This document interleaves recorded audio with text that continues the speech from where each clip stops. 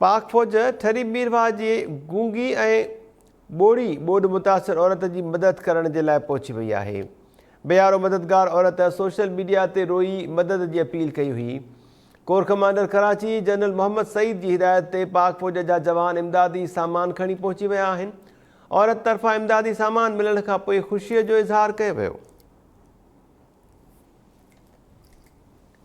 पाक फ़ौज ठरी मीरवाह जी गूंगी ऐं ॿोड़ी ॿोॾ मुतासिर औरत जी मदद करण जे लाइ पहुची वई आहे। बेयारो मददगार औरत सोशल मीडिया ते रोई मदद जी अपील कई हुई।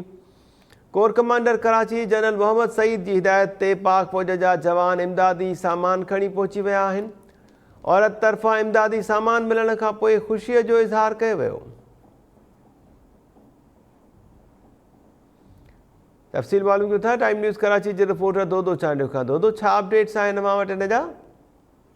जी, पाक फ़ौज जो कोर कमांडर कराची जेको आहे हुनजी हिदायत ते खैरपुर ज़िले जे ठरी मीरवाह इलाइक़े में जेके ॿोॾ मुतासिर आहिनि ऐं जेके औरतूं आहिनि ख़ासि तौर उन्हनि जी मदद कई वई आहे। ICR पारां जारी कयल बयान मूजिबि जेके बेयारो माण्हू मददगार आहिनि ख़ासि तौर औरतूं, उन्हनि सोशल मीडिया ते जेका हिकिड़ी औरत रोई जेके आहिनि सोशल मीडिया ते दावूं कयूं हुयूं, उन दाव त असां फाथल आहियूं ऐं असांजी का बि मालिकी न कई पई वञे। सोशल मीडिया ते कोर कमांडर कराची हुनजो नोटिस वरितो हुयो ऐं हुन पंहिंजे पाक आर्मी जे दस्तनि खे उन औरत जी मदद ऐं उन्हनि औरतुनि जी हेल्प जे लाइ मोकिलियो हुयो।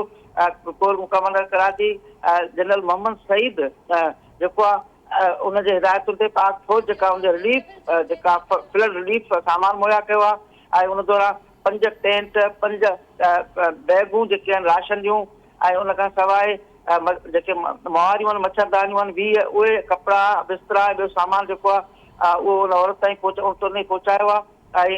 ऐं जेको कमांडर कराची जेको हुनजो चवणो हो त असांजी पूरी कोशिशि आहे त उते जेके मुतासिर माण्हुनि जी हेल्प कयूं।